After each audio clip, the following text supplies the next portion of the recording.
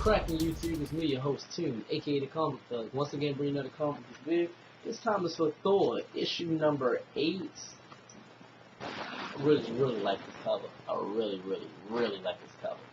But let's jump straight into it. So, as last issue ended, we see all of the female warriors, such as Spider-Woman and the All-Mother, Black Widow, Angelica, Miss Marvel, the female Thor, Scarlet Witch, Sif.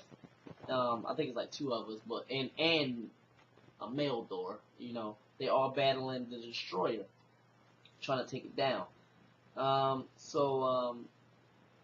After some fighting and a whole bunch of blasting that wasn't doing anything, the All-Mother basically stabs the Destroyer in the face with a sword. But it does nothing to it. So the Destroyer grabs her by the neck, and she looks into the face of the Destroyer, knowing that the All-Father can see her, Odin can see her, and she basically says, "Look what the mighty Odin is stooped to do," or whatever. So basically, like that, Odin felt shame, so he called back the Destroyer. So that's pretty much how that battle ends. Like, I mean, that was a cheap way, because they knew they couldn't destroy it, but you can't kill one of these main female warriors or Thor, so that's what happened. He felt shame, they called it back. So all of the ladies say their goodbyes. They jump back in their portals and they leave.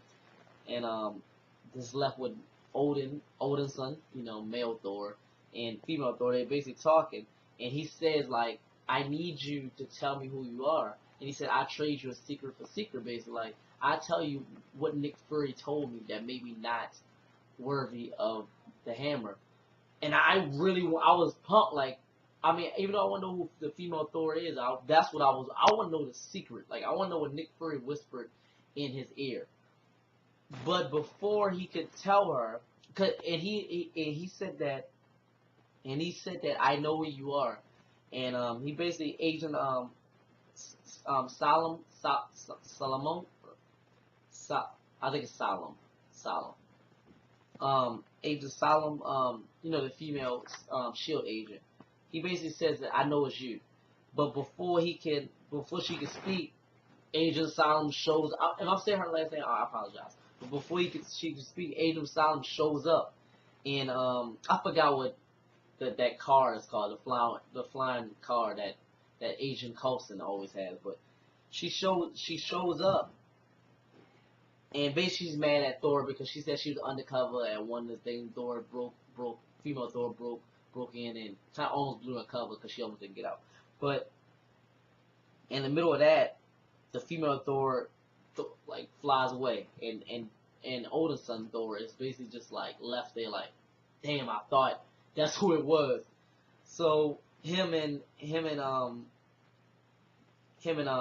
the Agent Solemn, they basically just fly off to have some drinks or whatever like that, while he gets his mind together. So now we're on I never can pronounce this, Jaham, the land of the Frost Giants, and we see Malekith is basically, after killing all the little tiny little elves or whatever, he's using his dark magic, and he actually brings back to life King Laffrey. I want to say Laffrey. The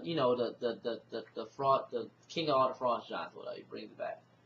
And then we see female Thor flying through space, and she lands in a room, and she throws the hammer into space and just basically saying, like, "Just listen for me if I call you, like, listen till I call you." And as she's talking, she's saying that the world needs a Thor, and she will be that Thor. And as the comic comes to the end, she takes off her helmet. And at last, we know who the female Thor is, and it is a sick Jane Foster. And that's how the comic ends. And it says, "There is only Secret Wars." So with that stamp, I'm guessing this is the last issue of this Thor story arc. Which, like I said in one of my previous videos, all the books are basically coming to an end, and it's just gonna be Secret Wars until that title is over. So after all the speculation, it's Jane Foster, but she says something very interesting. She says that she would never stop being a mighty Thor, even though it is killing me. So it's crazy because once she took off the helmet, the hair was gone. She just, because you know she's sick, she's dying, she's bald headed and everything like that. She has no hair, she's dying. I forgot what illness she has, but she's dying. So, but I thought that when she's Thor, it would be helping her, but it says it's killing her. So I'm kind of curious to look more into that. I wish this wasn't the last issue, but it did go out like a bang. But yeah, that's after all these speculation about who was the new Thor, Jane Foster, and she actually was in one of the issues before. And Thor accused her of Odinson accused her of being the new Thor, but well, he didn't accuse her. He just said she was on the list, on his list of possible suspects. But after seeing her how sick she was, he's like it couldn't be her. So I guess that was a nice little twist. So, but that was my review for Thor issue number 8. Let me know in the comments below if you picked up this book, and if you did, let me know if you liked it or disliked it and why.